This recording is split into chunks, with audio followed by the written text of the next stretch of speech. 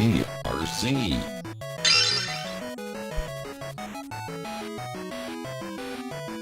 Hey everybody, welcome to another episode of GGRC. I'm RC, and today we're going to be doing a quick save review for Super Weekend Mode. Now, there's not much to this game. I've only played about 3 rounds of it, but it's enough to know that this game is super hard. Big time hard. You can tell by the music, we got this great 8-bit thing going on here, very NES style here. Basically what this game is, it's almost like a control pad style DDR thing that's going on. You have 2 paddles on the bottom, one on the left and the right, and I want to explain this before we actually get into the game because I don't know how much I'm going to be able to talk during the game because it is a frantic game. But you have paddles on the left and right, you use the bumpers on top to move them back and forth, and you're trying to catch hearts. Now these hearts are going to drop from the top, and if you miss one, then you have to start over, and you know, it's not good. It's not a good thing. You don't want these skulls. You see these skulls that are in the background here. You don't want those to hit your paddle. If they do, that's certain death. You got these bunnies that are also in the back here that you can see. You know, you have the skulls and you have the bunnies there. If you don't hit the bunnies, like you have to bring your paddle in and hit them from the side, knock them off the stage. If you don't knock them off, they're going to hit the bottom, and that's also bad. The furthest I've been able to get in this game is stage 3, and that's on the lowest difficulty. So this game is tough. It's very tough. Let's jump in so you guys can get an idea of what I'm actually talking about here.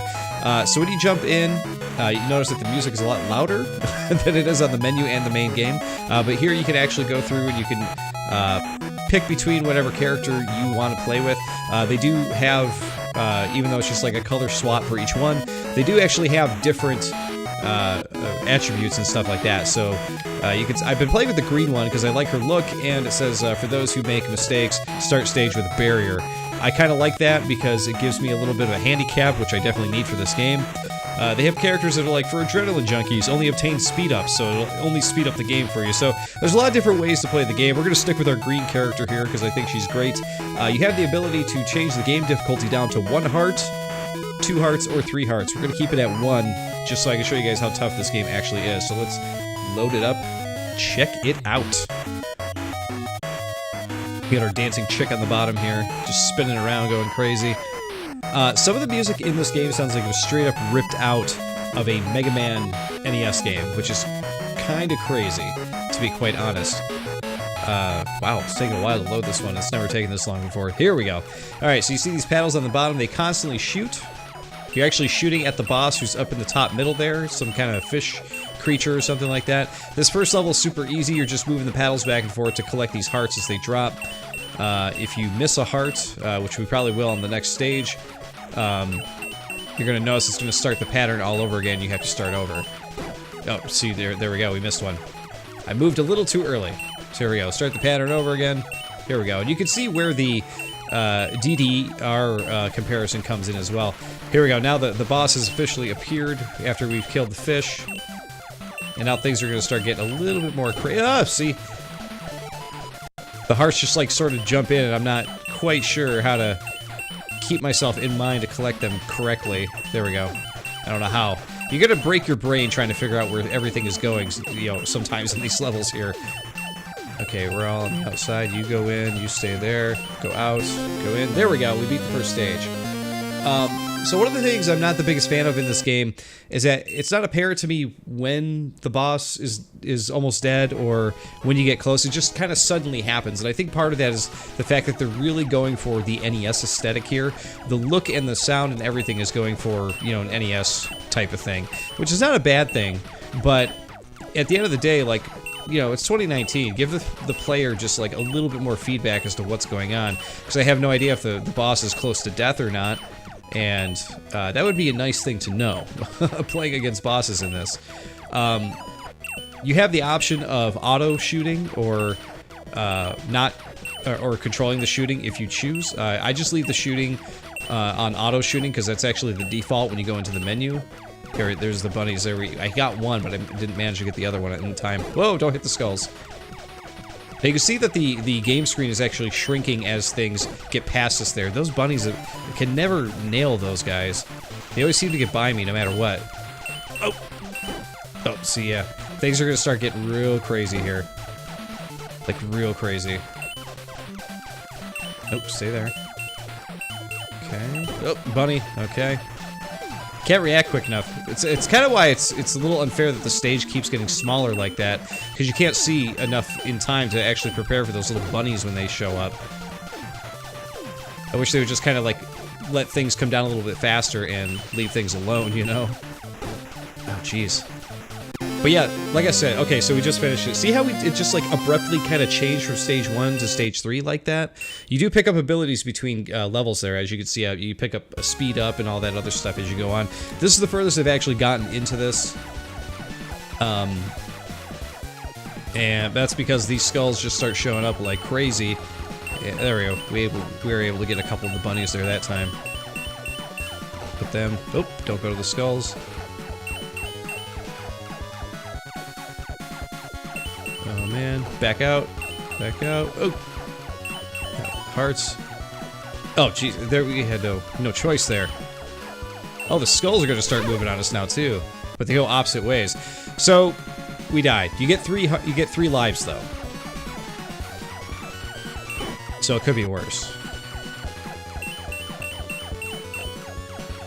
Oh jeez, okay, died again. I don't think we're going to make it past stage 3 here, guys. I don't think it's in the cards. Oh! We are fighting a new boss, though. That's cool. Get the bunnies. Leave the skulls alone. Jeez. Just cannot react quick enough to get to those guys. Look how tiny the screen was there for a moment. Oh, there's another death. Here we go, in our last life here. Let's see if we can actually get past this. We're on the boss. This will be the furthest I've gotten in this game. If we get... Nope, couldn't do it. So, as you can see, this game is tough, and I'm not sure that it's tough in a fair way. Like, it feels like a lot of trial and error, but the trial and error doesn't really exist because it doesn't feel like set patterns for how these things come down. It feels like every level has maybe like 3 different patterns for how things come down, and you have to memorize that pattern depending on what comes up, but it is impossible to do that when your screen goes from, you know, the full, you know, size of the full height of the screen down to like this tiny little window when you're not doing well, which is really irritating to me. So I could easily say that like this is one game that I'm definitely not feeling all that much, to be quite honest. Okay, let's play the hardest one. Let's just go with our regular classic outfit here, our classic character. Let's load in. Let's see what we got. I just want to see how hard this game actually gets. Best thing about this game, though, is the music. It authentically feels like NES music. So whoever created the music for this did a very good job, I would say. Alright, here we go. Back to the fish boss thing. Hardest difficulty. Let's see what happens. Get that. Okay, grab that. Okay, we're doing alright, we're doing alright. This first level has always been easy, though. I've always been able to get past this first level without much trouble. The hearts, predicting where they're going in this level, is not too big a deal.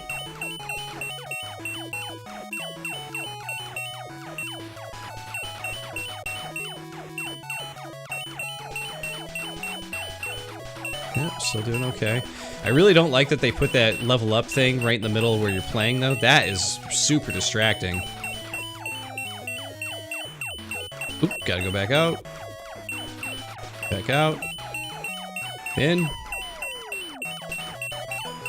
So I guess getting a harder level just kind of means like you gotta go longer and longer and longer. Oh, back in. There we go, okay. Shoot her. Oh, jeez. So I feel like this game would actually be a better game if the game was just catching hearts and you didn't have to deal with the skulls and the bunnies and stuff like that. I totally understand, like, as a game designer, adding in, you know, variations, like adding in enemies, that kind of thing, to make it, make the game have a little bit more longevity and a little bit more meat to it. It definitely makes sense to me. However, in this type of game, though, I feel like every level really should have just been, like, patterns of hearts coming down and you just collect the hearts and keep shooting. And, I honestly don't understand the decision to not include, like, power-ups for the guns that you shoot with the little paddles. Like, who doesn't want their gun on a ship to have a power-up, like a spray or something like that, you know? Like you would have in any kind of a shoot-'em-up. Because really that's what this is. It's like a DDR shoot-'em-up style game. And to not have any upgrades or power-ups for your guns is just kind of criminal, in my opinion. There we go. We were able to get through that one. So it seems like the higher difficulty you go, the longer the levels will actually go for. So keep that in mind.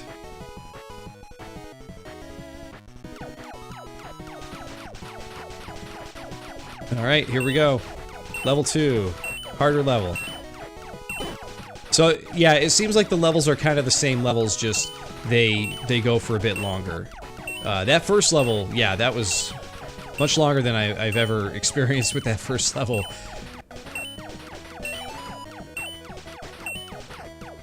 But yeah, those rabbit guys right there, like, I don't feel like that they're a good addition there. I feel like collecting the hearts and stuff is hard enough as it is. Avoiding the skulls and the bunnies and stuff like that is just, like, a huge pain.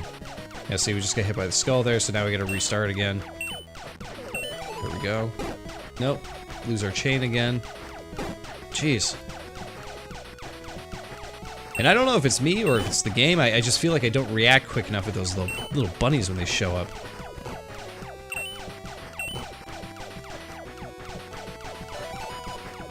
Oh, there we go again. Okay, keep on going. I know getting hit actually has something to do with the barriers, though. So you do get barriers around your paddles when you play as the green girl, and when you start a new level, it said that we had a barrier to use. So you don't want to hit enemies when you don't have a barrier, quite obviously, because that will take you out. Oh, jeez. This song specifically sounds like it was ripped right out of Mega Man. It really does. Sounds like it's straight out of a boss battle. Ah, there we go. Let's see if we can keep on going here. Oh, nope, dead again. Last life.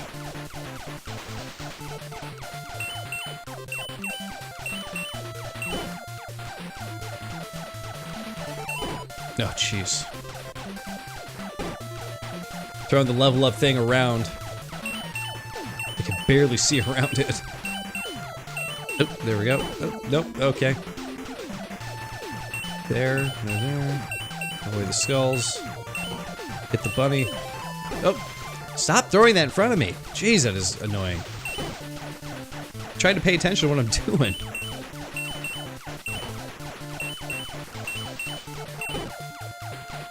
For a Twitch game to throw stuff in your face like that, that is just like another weird decision as well. Hey, we made it past level 2, so we're gonna get to level 3, the furthest we've ever gotten. And it's on the hardest difficulty, so that is something. I don't know what's up with this weird jester guy. I don't know what his deal is. He shows up, sticks his tongue out at you. What a real jerk. That's all I could say. Also like the music in this level, reminds me of old school Castlevania.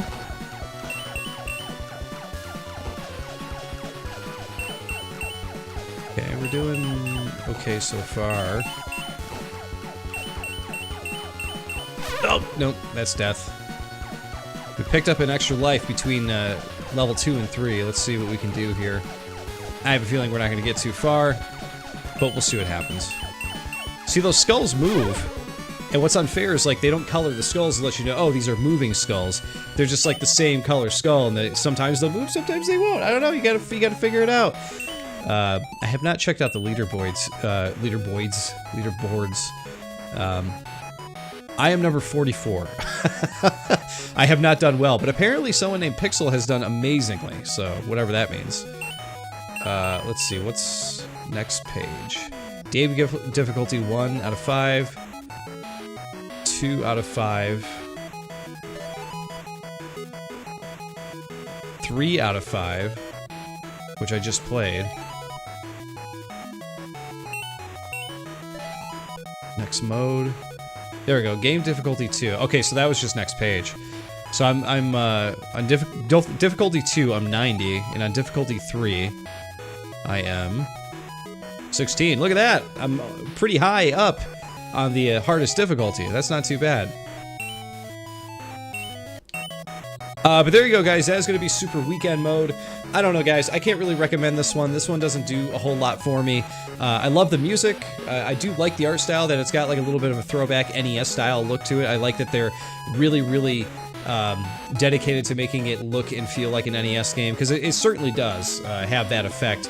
However, I feel like some of the decisions behind it could have maybe used, you know, the 2019 set of polish there, just to, you know, feel like a little bit more of an updated game, because that's the whole thing about making a, you know, retro game nowadays. The whole idea is to make a game that sort of marries the game design ideas of today into the art style of yesterday, and I feel like that's what works best. If you create an honest-to-God old-school game that feels like an old-school game, plays like an old-school game, you're rarely going to have a hit on your hands. I know they did it with Mega Man 9 and 10 when those came out. They used the old-school graphics and everything, but I'm pretty sure even those had some updated gameplay tweaks to them, even though they were very difficult games. But yeah, like I said, guys, I don't think that this one does a whole lot for me. I'm not sure that I could recommend this one. I don't think the gameplay is really all there. This feels like one of those games I would have rented on NES on a Friday night after getting home from school and getting pizza and getting a game and everything like that.